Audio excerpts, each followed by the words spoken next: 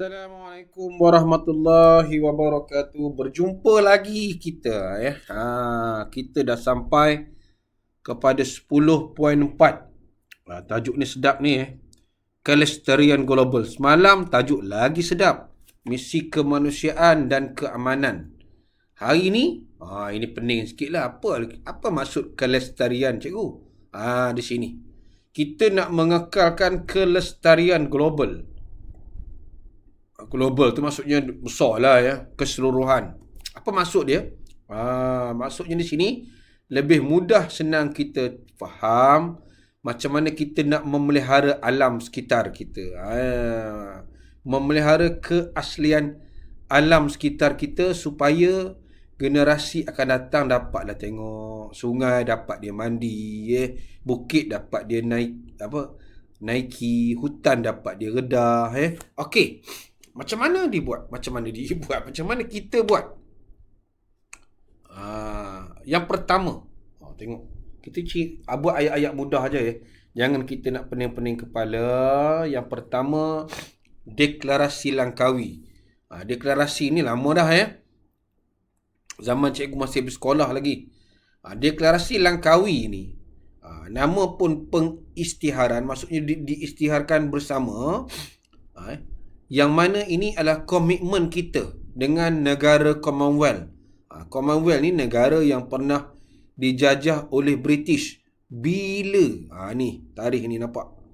1989, dia sempena satu mesyuarat khas lah. Pada waktu itu ada satu mesyuarat, iaitu mesyuarat ketua-ketua negara Commonwealth. Ingat kita dah belajar dalam bab 9. Tentang Commonwealth. Apa yang ada dalam isu? Kalau soalan tanya, apakah yang terkandung? Apa yang ada? Apa yang anda faham tentang deklarasi Langkawi? Okey, kalau kita tengok di sini pelajar, banyak yang boleh kita ambil. Yang pertama yang ada dalam di sini ialah tengok baris ke-5, 1, 2, 3, 4. Dia kata, kita nak menangani isu khususnya rumah hijau, greenhouse, kerosakan dan penipisan lapisan ozon. Dan pencemaran yang tak terkawal lah, pencemaran yang disebabkan oleh aktiviti manusia. Apa tu aktiviti manusia? Contohnya, ini contoh sekadar cikgu bagi contoh, contohnya pembakaran hutan. Pembakaran hutan ni apa kesan dia? Dia membawa kepada isu jerebu di Asia Tenggara. Kita nampak itu. Baik, di sini dalam Langkawi ni kita nampak Malaysia ni diberi anugerah lah. Kita nampak pada tahun 2006. Ini contoh yang lebih jelas. 2006 Kerajaan Kedah mengisytiharkan Langkawi sebagai geopark. Geopark ni kawasan geografi yang perlu dipelihara kelestarian dia. Itu tahun 2006. Tahun 2009, dasar teknologi hijau negara dilancarkan. Apa itu dasar? Okey, ini tolong hati-hati. Mungkin boleh disoal dalam soalan objektif. Apakah yang anda faham? Jadi di sini, yang perlu pelajar faham ialah bagaimana dikatakan dasar teknologi hijau ini. Dia telah, cuba tengok di situ, menggalakkan kita menggunakan produk teknologi hijau bagi, nampak urang lagi, mengawalkan perubahan iklim.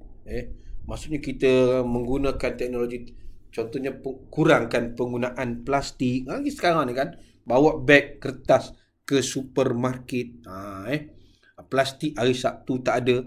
Itu satu cara kita yang perlu pelajar faham. Cikgu tulis, kau melupa. Contohnya tentang beg plastik. Maksudnya tiada beg plastik pada hari Sabtu kan. Dua, penggunaan beg kertas. Itu macam-macam lagi lah. Ini pelajar boleh baca. Itu kita nampak centang kita berkaitan dengan kelestarian alam. Yang kedua, kita menyertai satu mesyuarat. Nombor dua ni, di sebuah negara, iaitu dalam sidang kemuncak. Ini negara-negara maju dia tak suka dengar ni. Dalam sidang kemuncak di Rio de Janeiro, Brazil. Ini tahun 1992. Cikgu tingkatan 6 rendah. 92 ni. Baik, Malaysia masuklah. Masuk pula. Malaysia terlibat. Apa yang kita nampak di sini? Dalam sini, satu deklarasi telah dicapai bersama. Ini. Deklarasi Agenda 21. Tengok. Ini apa yang anda faham? Cikgu-cikgu tulis ni. Ini mungkin disoal lah. Faham? Apa itu Agenda 21? Cikgu letak dengan warna hijau bagi kamu tengok. Jelas. Faham Agenda 21 ini ialah macam mana negara ini dia menyediakan satu dokumen umum yang penting untuk kita mengawal aktiviti manusia. Kita nampak di situ supaya aktiviti ini tidak memberi kesan kepada kehidupan manusia lah, senang cerita kita nampak sini agenda ini menyentuh tindakan pembangunan abad 21 bagi kita tak nak aktiviti yang kita buat ni akan menimbulkan masalah seperti ini. Okey. Dan pada tahun 1997, tadi 1992. Ini 1992. Ini 1997. Kita pergi satu lagi persidangan di Bali. Beza kan Ini namanya persidangan apa? Kyoto. Kyoto nak sebut Ini persidangan Kyoto 1997. Tadi ialah tentang sidang kemuncak bumi.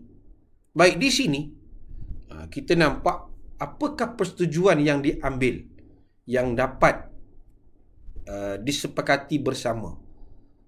Bahawa nampak sini. Persefahaman negara maju, kita ni negara membangun bahawa mereka mengurangkan pembebasan gas rumah hijau secara besar-besaran. Menggunakan tenaga baru. Tenaga baru ni contohnya tenaga solar, biomas yang dibuat daripada najis binatang dan sebagainya. Ini kita nampak Malaysia pun terlibat. Tadi kita ada geopark. Yang ini ada 2 sidang. Nampak sini tadi geopark. Lepas tu ada pengesahan deklarasi Langkawi. Banyak benar Okey. Yang ketiga, ini gas rumah hijau, bacalah Antartika. Kita juga bersetuju bahawa kawasan benua Antartika ni kita perlu jaga. Sebab dia ais. Kalau cair ni, habislah dunia sebab dia akan menyebabkan banjir yang besar. Limpahan air daripada bongkar-bongkar ais tadi. Kita menganggap apa? Penerokaan terhadap benua ais dilakukan secara tidak adil. Sebab dia ni banyak hasil di sini dikatakan ada minyak dan sebagainya. Contohnya negara-negara maju lah. Okey. Di sini dalam sidang kemuncak 6. 6. Kita pun belajar 6 di bab 9 apa yang kita desak? Bagus Malaysia ni. Desak saja. Kita nak agar Antartika ni dijadikan kawasan warisan manusia sejagat. Sebab dia di atas sekali Maksudnya kalau banjir, kalau bongkar ais tu cair, berlaku limpahan air di laut, banjir besar lah. Itu kita nampak. Banyak, ini satu misi-misi yang ada, Antartika rumah kedua dan sebagainya. Jadi kalau kita diminta membincangkan tajuk ini, kenapa kita tak nak berlaku? Sebab dia akan menyebabkan satu, ozon nipis. Dia akan menyebabkan bongkar ais cair. Bila cair, apa jadi? Besar. Dia jadi banjir. Dia akan menyebabkan negara-negara pulau kecil habislah, hilang di mata dunia. Itu baru yang kita nampak. Yang lain-lain banyak lagi perlu kita pertahankan. Sebab keunikan yang ada di Antartika tu Okey. Dah habis kita 2 3 dah. 4. Seterusnya sambungan tadi, apa yang kerajaan kita buat? Malaysia Pasir Malaysia membentuk pasukan penyelidik yang berada di sana. Siapa tengok tadi gambar tadi tu? Kita ada Dr. Azizan dan sebagainya. Yang mana kita nampak Dr. Haji Omar Abdul Rahman ni, doktor kita lah telah melawat pada tahun 1985. Ni cikgu dah ajar 5 ni Okey, kita ada lagi lah pusat penyelidikan. Ini sekadar pelajar baca lah yang ditempatkan di UM. Ada yayasan pula melakukan penyelidikan saintifik di Antartika. Nampak sangat kita ni cuba menghargai kawasan Antartika ni supaya bila Antartika ni terkawal, negara maju tidak memonopoli ataupun memajukan ataupun menggunakan Antartika ni untuk ekonomi mereka, kelestarian alam global. Global ni, keseluruhan dunia ni dapat kita kawal. Itu punca dia. Itu sebab dasar luar kita ni, bukan kita saja nak buat ini, kita kena ada hubungan diplomatik yang sangat kuat lah. Jadi kita nampak dasar luar kita ni dia agak menyeluruh. Jadi pelajar boleh baca di sini. Pada tahun 1959, ini 2 tahun selepas merdeka, ini 12 negara maju sampai sini. Ada juga usaha mereka untuk menakluk meneroka Antartika ni. Tapi tak berjaya lah. Lepas itu ada lagi lah. Usaha tu tak akan berakhir. Tetap juga nak dibuat. Dan kalau kita tengok di sini, ini menjawab yang soalan sejagat tadi. Antartika ni, bumi yang tidak dihuni adalah milik masyarakat antarabangsa.